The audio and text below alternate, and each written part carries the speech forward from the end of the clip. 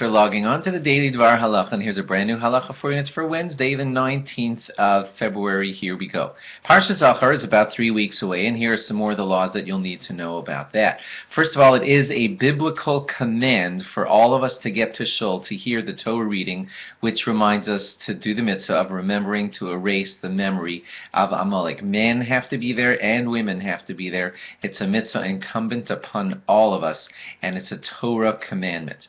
Because it's a Torah commandment, there's some other strictnesses to it, and that is it must be read very, very carefully. Everyone must think and hear with let's just say it this way, with great intention. You know, not the way you would like half pay attention sometimes to something of lesser importance. This is of biblical importance, and therefore the Balkori, the reader, has to think in his mind that he's fulfilling the mitzvah for all the listeners.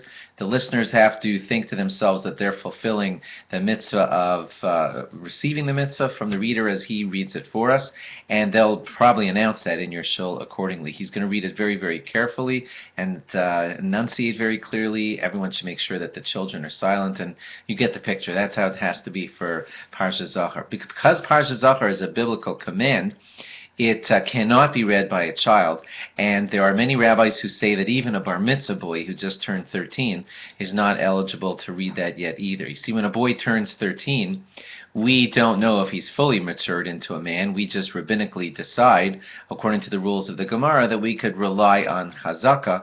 That means we can assume that he's a man and all manhood has taken place in him.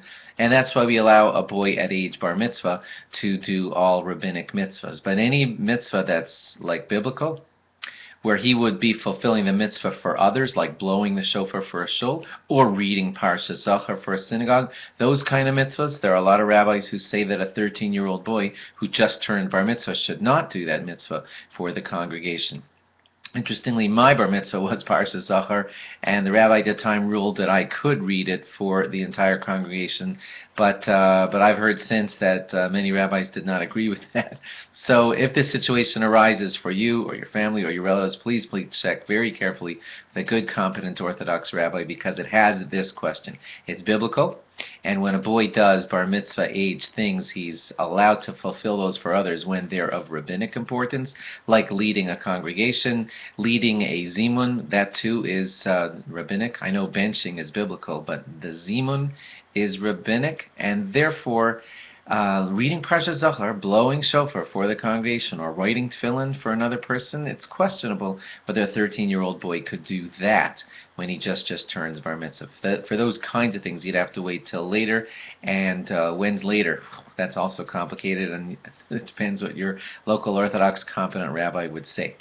Now you're better educated on it, and if this shaila applies to you, please ask it to your rabbi. Thanks for logging on. Log on again tomorrow for more. Bye-bye.